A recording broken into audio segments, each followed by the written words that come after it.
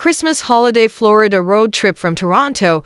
Ontario enjoyed Florida's warm weather and avoided Toronto's freezing temperatures over the Christmas holidays from Saturday, December 21, 2024, to Sunday, December 29, 2024, for 9 days. December is the peak tourist season in Florida because the temperature is not too hot at this time. On our trip, Miami and Key West were sunny and hot all day long, and shorts were standard. Orlando was cold in the mornings and evenings, and hot in the afternoons when the sun came out, requiring a thin coat in the mornings. The sales tax rate in Florida is 6.5%. In this article, United States dollars excluding parking fees are before taxes. Canadian dollar amounts are from my credit cards and include all taxes. Itinerary Day 1. Took a red-eye flight from Toronto to Orlando, rented a car, and stayed in Titusville. Day 2. Visited the Kennedy Space Center in the morning. In the late afternoon, via West Palm Beach went to Miami, and stayed in North Miami. Day 3.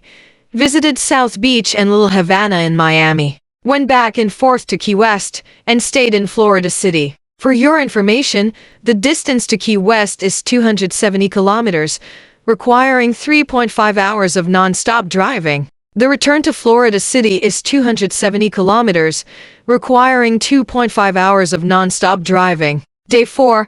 Visited Everglades National Park in the morning to watch alligators. In the afternoon drove 400 kilometers to Orlando. Stayed in Kissimmee for 3 nights. Due to a tight schedule, the plan to visit the beaches at Clearwater was cancelled. Day 5. Visited Disney's Magic Kingdom Park. Day 6. Visited Disney's Hollywood Studios Park. Day 7. Visited Disney's Animal Kingdom Park. Stayed near Orlando International Airport for 2 days. Day 8. Visited Legoland. Day 9.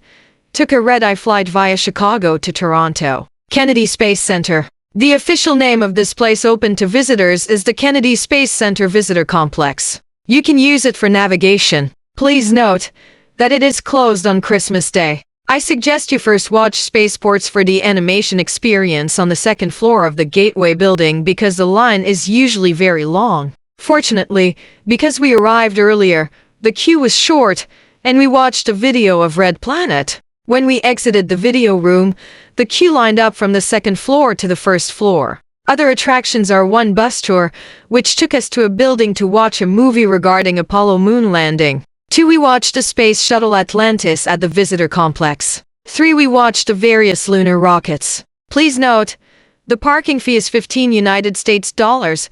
1-day admission is 75 United States dollars for adults and 65 United States dollars for children ages 3-11. West Palm Beach. In the way to Miami, we deliberately went to West Palm Beach and drove along the Seaside Highway as Ocean Boulevard. We only drove a short time and due to road works, we had to turn back to I-95. The view is really beautiful, the sea on the one side and huge manors fenced by plants on the other side. Miami set up 2 attractions in Miami. 1 is South Beach. After setting up South Beach in Google Maps, when passing MacArthur Causeway, navigation took us into 1 tunnel. After exiting the tunnel, we were navigated to the right to a cargo area. We had to go back to the city and come in again, and the navigation led us into the tunnel again. After exiting the tunnel, we didn't follow the navigation but turned left. Unfortunately, we arrived at the cruise terminals. We had no time to try again and had to give up South Beach. After returning home and looking at the map, we realized that we should turn right before entering the tunnel. The navigation destination should be set as Playa Miami Beach, 465 Ocean Dr. Miami Beach. The second attraction is the Little Havana. This is a Cuban people community. This time Google Maps navigated without any problems. Little Havana has many Spanish stores, with a few walking roosters on the street. Street parking was plentiful and free. We bought 2 Cuban sandwiches here for lunch. Key West. After 11 o'clock, we headed from Little Havana to Key West, the westernmost island of the Florida Keys. The word key comes from the Spanish word cayo, which means small island. These keys are connected by bridges, forming beautiful views. In most sections, both sides are sea. Resorts are located everywhere. Key West is not big and the best way to get around is on foot. Three attractions were, and 1. Sunset Square, Mallory Square Pier, 420 Wall Street, 2. The Ernest Hemingway Home and Museum, 907 Whitehead Street, and 3. Southernmost point of the continental United States, 140 Whitehead Street. We navigated to the southernmost point of the continental United States and found a few free street parking spots near South Street or Simonton Steedy. We parked there and began walking. This was a smart decision because it was hard to find a spot ahead. In addition, street parking near the southernmost point was not free and filled up with cars. There were so many people around the southernmost point, just like the famous slang saying, "People mountain, people sea." However, finding a restroom was a big challenge. The beach in Key West is surrounded by commercial buildings and residences without any public restrooms. There was only one very dirty portable restroom on the spot. When my kids wanted to use a restroom, we went to Hemingway's home and wanted to tour this museum while using its restrooms.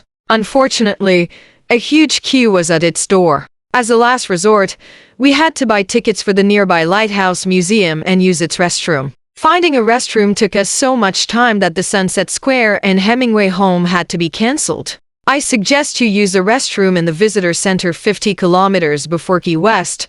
As far as I know, this is the last visitor center before Key West. Surprisingly, the gas price was cheaper along the way to Key West. The gas in the first island, Key Largo, was the cheapest, with several gas stations offering just 2.73 United States dollars per gallon. Key West gas was the most expensive, at around 3.25, whereas out of Florida Keys, the gas price was commonly at 3.15, with only a few stations offering 2.99. Everglades National Park. We used the Ernest F. Coe Visitor Center as the destination and got a park map there. Then we hiked the Anhinga Trail, which is short and easy for walking. After a short walk, we saw a few alligators getting sunshine. Next, we went to Paheaki Overlook Trail, which is far from the visitor center. Standing on its overlook, the entire wetland was in our eyes. On the way back, we saw a huge alligator at the roadside. The third planned attraction was to take an airboat to explore inside water area of the park,